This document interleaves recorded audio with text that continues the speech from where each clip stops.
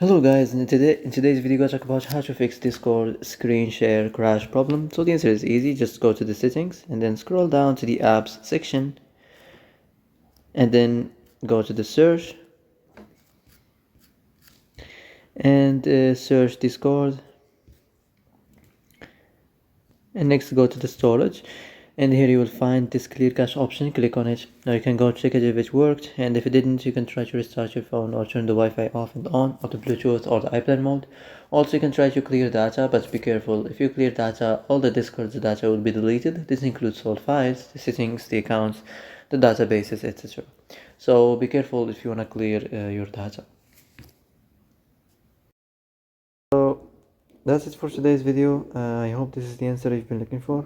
And if you like this video, don't forget to like and subscribe, and see you in the next video.